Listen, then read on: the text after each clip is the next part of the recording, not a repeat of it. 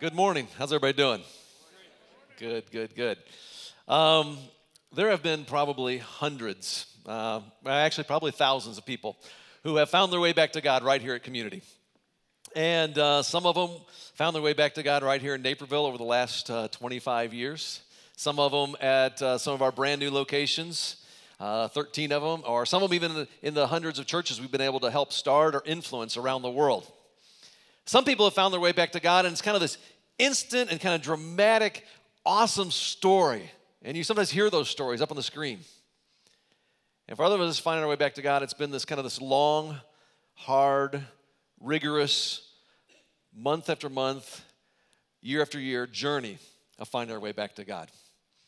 Hundreds of thousands of people have found their way back to God. And some of you are in this room right now and are here. And some people, maybe you're here and you're actually taking your very first steps. Today's your very first step in your journey and your way back to God. One of the things that's happened over the years, as I've had a chance to talk and observe with many folks on this journey, finding their way back to God, is it's like I got to kind of grab a hold of their hand and over again got to see them find their way back to God, walk with them. Does that make sense? I got to actually they would take me by the hand, and together we'd get to see this journey from where they were to finding their way back to God and the difference that it's made in their life. And as you go over this path over and over and over again, and you continue to go in that direction, what eventually emerges is really kind of a trail or a path. But one of the things that we began to notice is that we could kind of generally say, you know what, if you want to find your way back to God, here's the direction, that away. And so people would move in that away. And we would move together. But we didn't actually have language. We didn't actually have any kind of signposts or even kind of markers to kind of help people know the direction back to God. So one of the things that my brother John and I did when we decided to actually go ahead and write this book called Finding Your Way Back to God, we pulled together about 25 people, a diverse group of people, and we listened to their stories. We videotaped their stories. We kind of dissected their stories. We wanted to tune in real close to their stories and hear their stories. And what emerged from them was something that we'd also seen in hundreds and thousands of people before them were these 5 different awakenings. 5 awakenings almost everybody goes through, whether it's for the first time or yet again. And here are some of those stories. My father was an alcoholic, so I grew up in that type of a home. Once I became of age, drinking was just natural. I saw it, I did it, participated in it, got heavy into it. My first marriage was not very successful, and it ended fairly soon. I had a daughter with my first wife, and I was very into being a daddy. Having my daughter gone was very, very difficult. And it was probably at that time, as far as from a drinking standpoint, I got a lot heavier. Got married again. Got into the same habits, same routine. My first marriage lasted 5 years. I had a daughter, got divorced. My second marriage lasted 5 years. I had a daughter, got divorced. Didn't really learn from my experiences. It was more a day-to-day, I want to feel good today, however that was. Alcohol, sex, success at work. There was no real foundation of anything significant that I was searching for. That was rock bottom for me. I've had 2 failed marriages in 10 years, 2 daughters that are no longer with me on a day-to-day basis. I'm by myself at this point. My journey started when I was 2 years old, and my mom and my dad divorced. And we had lived with my grandmother for a long time, and she had then at the time gave us an ultimatum to stay with her or to leave. And my grandmother and I did not have a good relationship. My mother and my grandmother did not have a good relationship. I met my ex-husband when I was a junior. It was great in the beginning. I didn't really know who I was though at 16, 17 years old to be in love or even know what it meant. It was just something was missing, but I just was so in the moment and wanted to get married and the whole fairy tale that I kind of pushed those feelings aside. Once we had my daughter, it definitely took a turn for the worse. His behavior changed and my behavior changed, and I wanted out about a year after. And so I stuck with it for a little bit longer, and we went to therapy. And then once I found out I was pregnant with my son, I felt like I was just stuck. I have 2 kids, and I definitely don't want to be a single mom with 2 kids. So I knew something had to change, and I just kind of went the wrong way to make that change. I had an affair, and then on Father's Day weekend, I had another affair. And the man that I had an affair with ended up being my boyfriend for a few years after me and my ex-husband separated. I think from the beginning of being with a grandmother that treated me like a piece of crap to now being in a relationship that I'm just destroyed and slept with multiple men, but there was no God. And if he was there, he was not a nice person. I grew up in a Christian home with 2 parents who also grew up in Christian families. When I was young, about 7, my parents moved to a camp in Central Illinois, a Christian youth camp. And that was a really, really cool way to grow up, just surrounded by youth groups and Christian kids. And coupled with that, I also grew up in the church, surrounded by a family that didn't just believe it, but they lived it. For me, growing up, the key word, I think, in my family would be acceptance. I didn't find that out till later, that was a key word, but it was exactly what I knew growing up. No matter what I did, I would always be loved. Exactly as I am in any moment. I had a faith, I saw how it played out in my family's lives, but I did not have a direction. And I did not have a purpose that I felt like I was being pulled towards or called to, just kind of searching, longing for a fulfillment that it seemed like everybody else in my family had, and I just hadn't found yet. All right, I want to push pause on their stories. And we're going to come back to those stories throughout this series, so I hope you plan to be a part of this. But here's what I'm more interested in this morning. I'm really more interested in your story. I want to know about your story. Have you ever found yourself feeling like maybe how Bryce felt, or Carissa, or Guy? And maybe for some of you, you're going, well, it's not quite as dramatic as that. But I guess my question is more, have you ever felt that similar kind of emptiness? Have you ever felt any of those same kind of feelings? Where you know what it's like to have a longing that's gone unfulfilled? Or maybe you know what it's like to end up in a place where you're going like, I never, ever intended to be here. Or maybe even for a moment, as you kind of think about your own life, you do know that feeling of there's got to be something more. There's got to be something more. And that feeling of there's got to be something more, what it does is actually awakens in us longings deep within our souls. And those longings that we're going to talk about are universal. They're absolutely universal. They show up everywhere. They show up in the stories that we write. They show up in the art that we create. They show up in the songs that we sing. In fact, I'll tell you what, I want to try something. I want to have a little fun with this. I'm going to play a few songs, and I'm going to need your help, okay? You going to help me out here? All right, I need your help with this. What I'm going to do is I'm going to play just kind of the first part of a couple different songs, just a short clip, and then as soon as you know it, I need you to finish it. Are you with me? So I'll play just a short clip, and then you finish. Ready? And here's the first one. Ready? You can't always get you want. Wow, you guys are good. Nice. All right, very good. I'll tell you what, let's try this. Let's try a little different genre. Here we go. Still having fun. Here we go. Wow, this could be like a choir. All right, we're going to get a little bit in the Wayback Machine and get another little different genre. Here we go. One more time. Let's try this. Here we go. I was looking for love.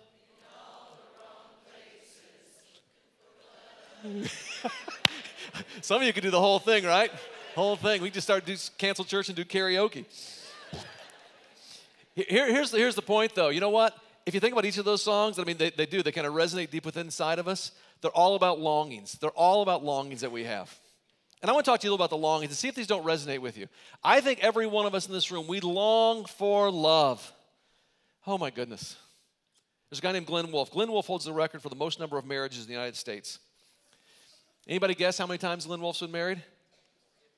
Anybody? You have to keep going higher. 29 times.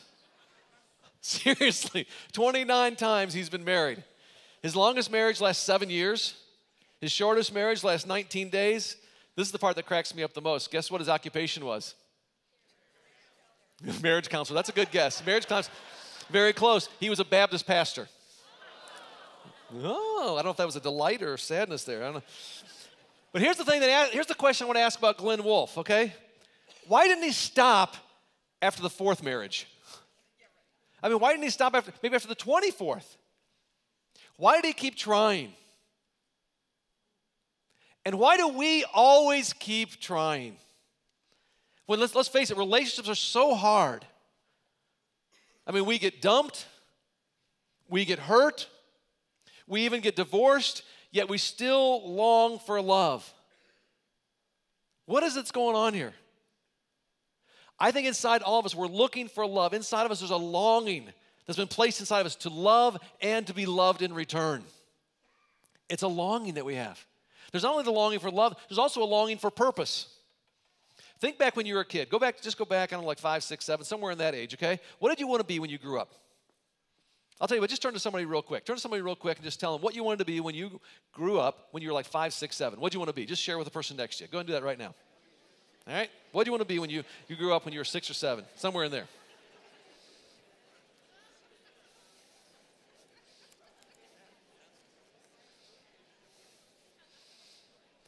All right, now, maybe somebody wanted to be a doctor. Maybe you wanted to be a teacher, maybe a fireman, maybe, I don't know, maybe an astronaut. I wanted to play pro basketball.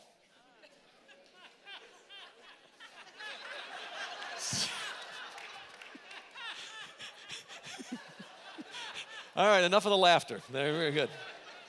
I still want to. You're crushing my dreams here, all right? But here's my question. Why in the world at age 5 or 6 were we dreaming about a job? You didn't need a job at that age. You didn't have any bills to pay. I mean, you were still learning the alphabet. You could barely spell your name. Why in the world would you think that you wanted to have a job when you grew up? Why was that important? I think because deep inside everyone's, again, there's a longing. There's a longing for purpose. There's a longing for making a difference. There's a longing for somehow I have this ambition. I'm going to change the world in some way. It's a longing that we have. We long for love. We long for purpose. We also long for meaning. We want answers to the big questions, the big why questions. I have to believe that every one of us in this room, we've probably had enough pain in our lives at some point we've said, okay, why? And over the last several months, I know what this is like to go, God, if you're really good, why did you let that happen? God, why is there pain? God, what's the point of life? Why am I here? And if pain and suffering cause you to ask that question to God, I want you to think about this. I think there has to be a reason why suffering feels not just painful, but wrong and unfair. And I think the reason that it feels that way is because God placed that inside you. God gave you those feelings, and guess what? God feels exactly the same way. He too feels like you, that these wrongs ought to be righted. It's not right. That this is unjust, it's unfair. And he feels like that as well. It's a longing placed inside you by God.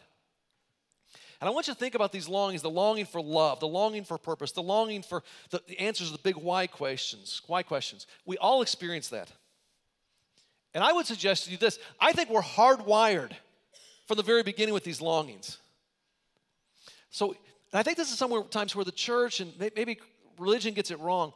The problem isn't that we have these longings. The problem is that we seek to fulfill them all on our own. The problem is with these longings, we try to satisfy these longings and answer these questions without God, all on our own. And here's the good news. Here's the good news today. The good news today is this. The awakening, you actually awakening to these longings and to the truth about where they can be satisfied, what that actually does, if you allow it, that actually marks the beginning of your journey back to God. Jesus tells a story. It's considered probably the greatest short story in all of literature. And it's in Luke chapter 15. If you have a Bible, that's great. You can look at Luke chapter 15. If you have your phone, if you haven't downloaded the app, the Bible app, do that. You can look on your phone, or you can also look on the screen here. It's in Luke chapter 15. And I want to just kind of narrate the story to you. You actually heard it read earlier. It's the story of the lost son. And he has a longing. We sometimes miss this. He has this longing. There's got to be more. And I can almost hear him singing, you can't always get right, or looking for loving. You guys did better before. Maybe it's because I'm singing now. I don't know. Here's the thing. I can hear him singing those things, kind of in his soul anyway. And in the context of first century Middle Eastern culture, a son asking for his inheritance like he did, it was one of the worst possible insults a father could actually receive. Now, a son in Jesus' day was not only expected to wait until his father passed away to receive his inheritance, but he was also expected to actually care for his father, to take care of him every day. And so what this son does in asking for his inheritance early, it's like he's going to his dad and he says, look, Dad, I don't care if you live or die anymore. I just know there's got to be something more, and I want it right now. It was hugely insulting, very offensive.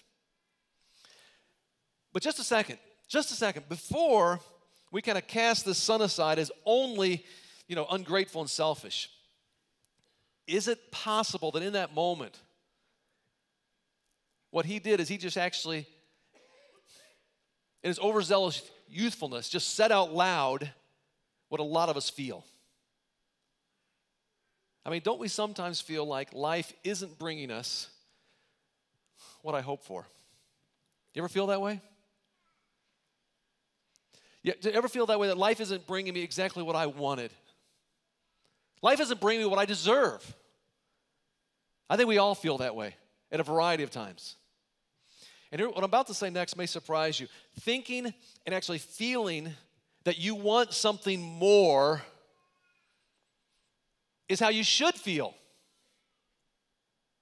Now I want to back off just a little bit, because here's the deal. Not everything you desire out there is good for you. Absolutely not. But this basic longing, this intrinsic hardwired longing, this longing for a love that will truly last, for a purpose for living, to make sense out of life when it doesn't make sense, all those longings, they actually come from God. But the son in Jesus' story, like so many of us, he was convinced that what he had to do is he actually had to leave home, leave the father to find answers to fulfill his longings. And so actually, as Jesus tells the story, he says he set off to a distant country. Now, the story doesn't give us a lot of details about what happened. It just simply says this, and it kind of leaves us to imagine. It says, the younger son squandered his wealth in wild living. I think maybe Jesus intentionally kind of left it to our imagination. Wild living. I mean, what do you imagine? I imagine him, if it was today, maybe he takes off in a distant country, goes off to, Vegas or off to Amsterdam or, or some exotic place. And I imagine that journey, if I'm imagining it in my mind, I imagine it included, binge drinking with wild parties and probably women who satisfied every desire that he had. Left to our imagination. And it doesn't take long for the son to completely blow his inheritance. His adventure begins to turn sour. Famine strikes the land, and he finds himself with no money, no food, and no friends.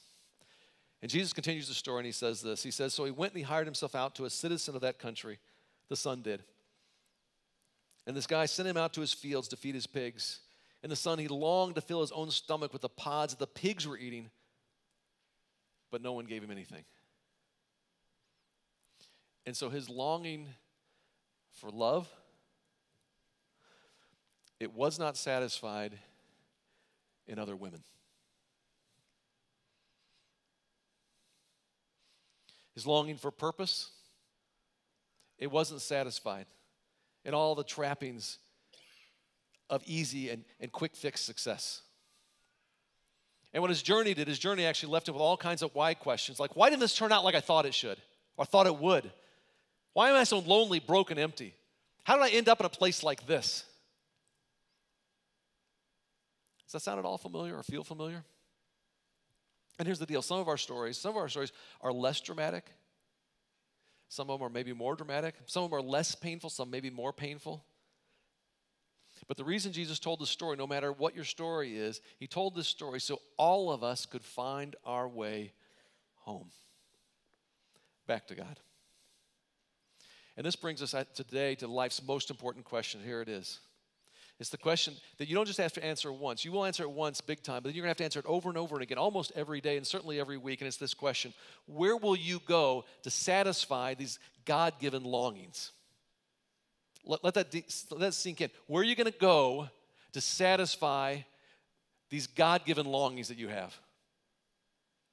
Will you let them draw you closer to God, or do you still need a while and you're going to do them away from God?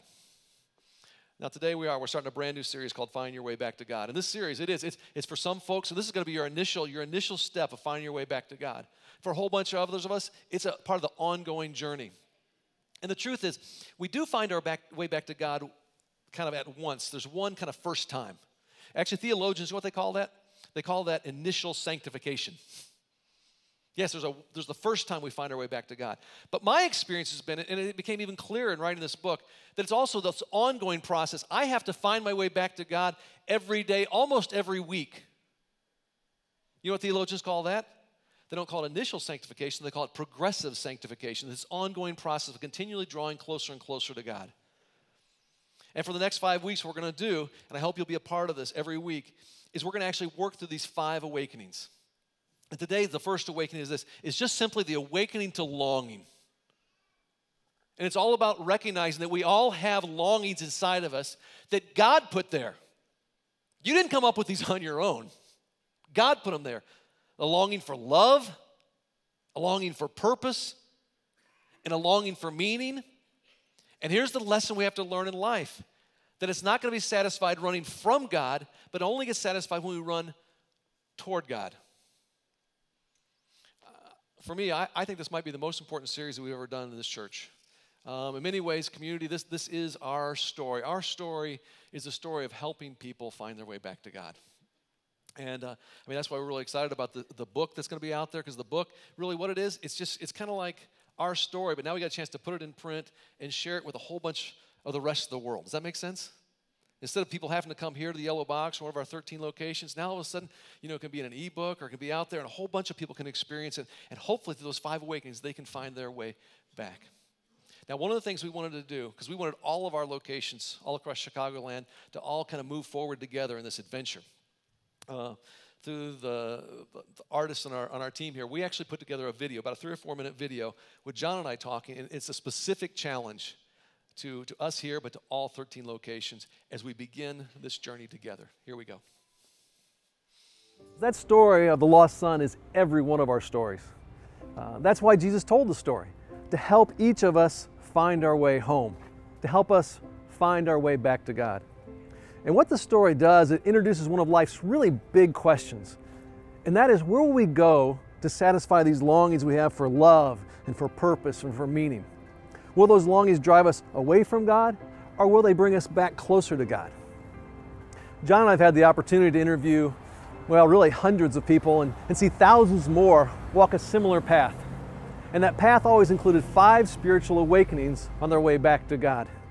And in the next sessions, what we want to do is we want to introduce you to these 5 spiritual awakenings. And here's my sincere hope. It's this, that you will find your way back to God. Maybe for the first time, or like me, maybe one more time. The 17th century mathematician Blaise Pascal had one of the greatest intellects in the history of Western civilization. He grew up knowing about God, but not earnestly following Him. Then, in a profound middle-of-the-night experience with God, he had a change of heart. That experience ignited Pascal's passion to help others find their way back to God. Pascal began to challenge his fellow intellectuals to a wager on God. He would dare them to step into a belief about God and see if it didn't change their lives. Pascal explained his wager this way: make a bet that there is a God who loves you. If you are right, you have everything to gain. And if you are wrong, you have nothing to lose. Make a bet that God is real. It's a gamble where you have everything to gain and nothing to lose. If you find God, you will find the source of unconditional love for which you have always longed. Finding God will offer you a purpose for your life. And God is the one who can take your past and make sense out of it. That's a big-time payoff. The risk I want you to take is this: pray to God. If that's not a common practice for you, it may seem awkward at first, but I want you to try it. I would pray, but I didn't know who I was praying to. I wouldn't sit there like I do now and know who I'm talking to. I just someone's there, so hear me. I knew what I was doing was wrong, but still I broke away from it because To get back into a relationship with God meant I had to admit to a lot of things. I had to ask for a lot of forgiveness and a lot of internal conviction that was going to take place. I didn't want to do any of that. For others, prayer is a regular part of your life. Maybe so regular that at times it becomes a little routine. Either way, I want you to open yourself up to finding God in a deeper and more life-changing way than ever before. As I was laying there, I just kept remembering this prayer from a book about a Celtic monk that I loved growing up. My dad introduced me to the author. The prayer that he goes to anytime he doesn't know what to do is, Lord, have mercy. And it's just, he repeats it. It just becomes this meditation. Lord, have mercy, Lord, have mercy, Lord, have mercy. Knowing the whole time and kind of laughing at myself that, like, I really don't deserve this, but asking anyway and receiving it. So here's exactly what I'm asking you to do. Pray as if God is real every single day for the next 30 days. And here's the first of 5 prayers I want to ask you to pray. God, if you are real, make yourself real to me. Awaken in me the ability to see that you are what's missing from my life. All right, that's the challenge. Are you with me? Give me a little nod. All right? The challenge is this, and it's come straight from Pascal, is to pray this prayer. God, if you're real, make yourself real to me. And I love what Pascal, he used to challenge other intellectuals. He'd say, you have everything to gain and you have nothing to lose. All right? If you do decide to pick up the book, in the back of the book, there's actually a guide that'll have some questions for you, and then also you can also challenge you to journal a few things, but then also give you this prayer and some other prayers that go along with it. God, if you're real, make yourself real to me. And here's the challenge. I want to challenge every one of us to do this 30-day wager. I don't care where you are in your spiritual journey. Today may be the very first step on your way back to God, or maybe it's your next step yet again. But to pray that prayer, say, God, if you're real, make yourself real to me. And I'll tell you what, if you want, you can also go to our website. I've already signed up for this. I'm going to do this journey. I'm really excited about this because I'm no different than you. I have these same longings. And you know what? If I'm not careful, they distract me, and I start heading this way instead of back to God. You're not any different than me, and I'm not any different than you. I need this stuff. And I want you to join me in it. You can go to our website, and I signed up this morning, and you can actually sign up, and then we'll send you an email every day just kind of as a prompt for the next 30 days. And we're just going to pray, God, if you're real, make yourself real to me. And let's see how God shows up in our life. Because I believe, even as badly as I'd love to see you find your way back to God and have a relationship with Him, I think God wants it even more. And I think if you will dare to pray that prayer, He will show up. So let me ask you again. And here's the question for today. Where are you going to go? Where are you going to go to fill these longings that all of us have? Those longings, they came from God. And either you allow them to draw you toward God where they get satisfied, or you put them off again and you head off on your own. But just imagine that if God was to fulfill your longing, the longing you bring today for love, for purpose, for meaning. Imagine what it would be like to not have to kind of run after love anymore. Imagine what it would be like to not have to feel like you have to kind of keep searching for purpose or keep looking for meaning. Imagine what it might be like to actually have those longings fulfilled. That's my prayer for every one of you, me and you.